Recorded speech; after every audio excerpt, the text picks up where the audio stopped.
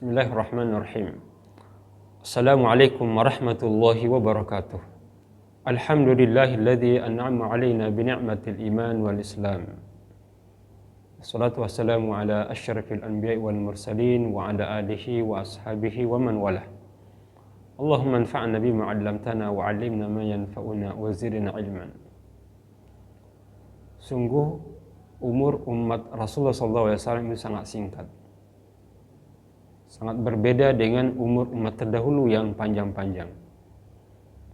Umur umat Rasulullah SAW seperti beliau nyatakan berkisar 60 sampai dengan 70 tahun. Inna amari ummati ma baina sittina wa sab'ina sanah.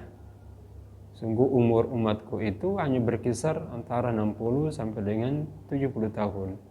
Mungkin ada yang kurang, ya, mungkin ada juga yang lebih.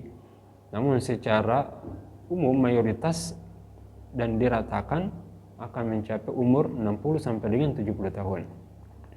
Berbeda dengan umur terdahulu, itu panjang. Ada yang mencapai 300 tahun, ada yang mencapai 800, bahkan ada yang mencapai 1000 dan lebih daripada 1000.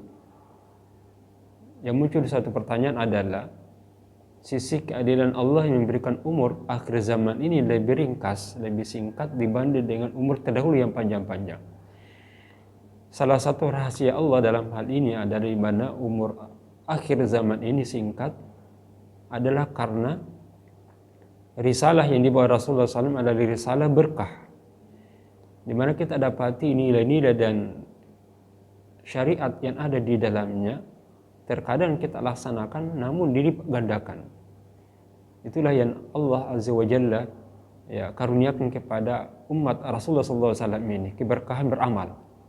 Itu kita bisa lihat seperti Rasulullah SAW bersabda, kullu amali bin Adam yudha'af.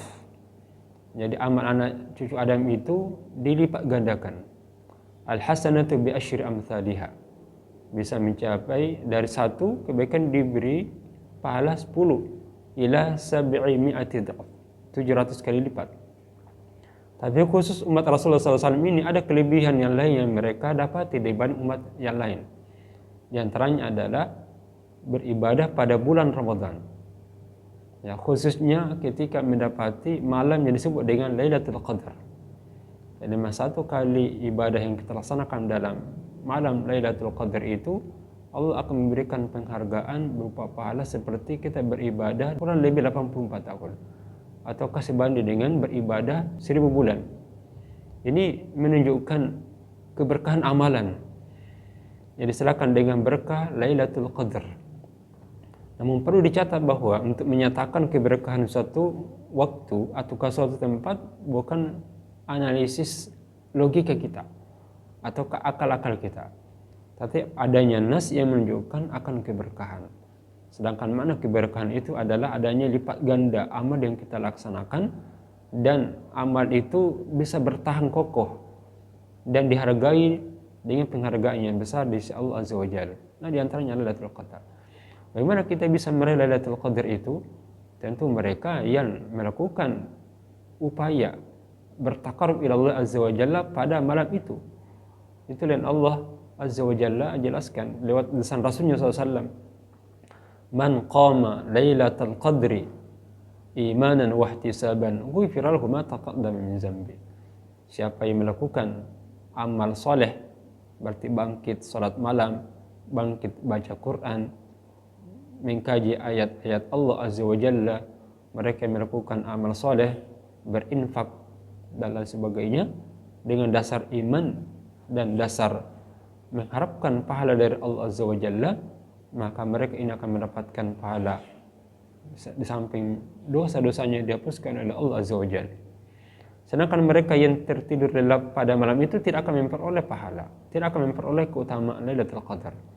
Karena secara tegas man qama, jadi siapa yang berdiri, bangkit, melakukan kerja, melakukan ibadah sebagai bentuk dasar keimanan kepada Allah Azza wa Jalla dan berharap pahala besar, maka mereka ini akan mendapatkannya. Yang pertama. Kemudian yang kedua, kita harus mampu menyiapkan fisik dan juga menyiapkan mental kita minimal. Fisik dalam arti adalah adanya kenyamanan pada saat beribadah. Secara psikis juga adanya rasa cinta dan kesungguhan yang tinggi pada saat menghidupkan malam Lailatul Qadar itu. Harapan yang besar, menghilangkan berbagai penyakit-penyakit jiwa, rasa dengki, dendam, apalagi berbantah-bantah terhadap saudara yang lain. Itu yang terkadang mencabut keberkahan pribadi kita saat memasuki dan melewati malam-malam yang berbahagia tadi itu. Suatu ketika Rasulullah SAW ingin mengkhabarkan kepada para sahabat masa Lailatul Qadar itu. Karena Nabi SAW tidak berharap hanya dirinya yang bisa tahu dan mengetahui keutamaan Lailatul Qadar.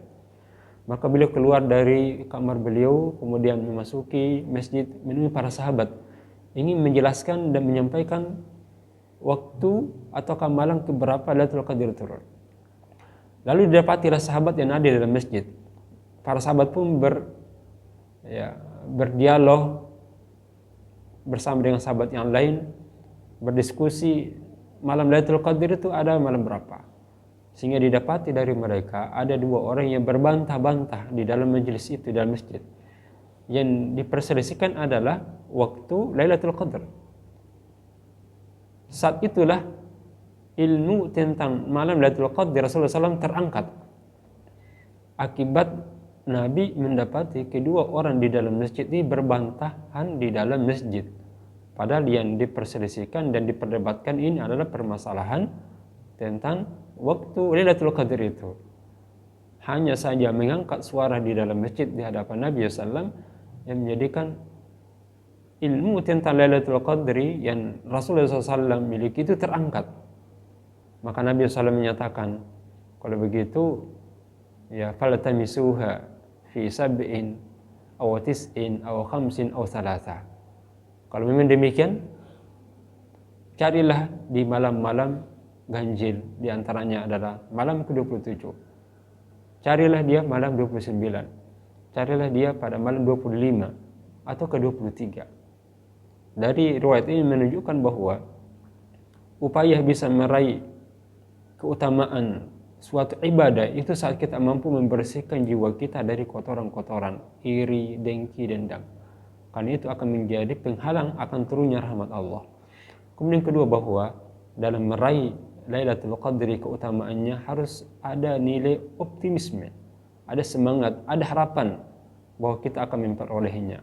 Semakin tinggi harapan itu dan optimisme juga demikian, maka semakin besar harapan yang Allah akan berikan kepada kita. Kebutuhan, hajatan dengan izin Allah pada malam itu Allah akan kabulkan. Sehingga itu dinyatakan oleh Allah Azza wa Jalla, ana 'inda dhanni 'abdi bi. Saya sangat bergantung terhadap persangkaan hambaku kepadaku. Ketika dia bersangka baik dengan berharap besar, adanya harapan-harapan tinggi, yakinlah bahwa Allah akan memenuhi harapan, hajatan dan keinginan kita dengan motivasi baik itu.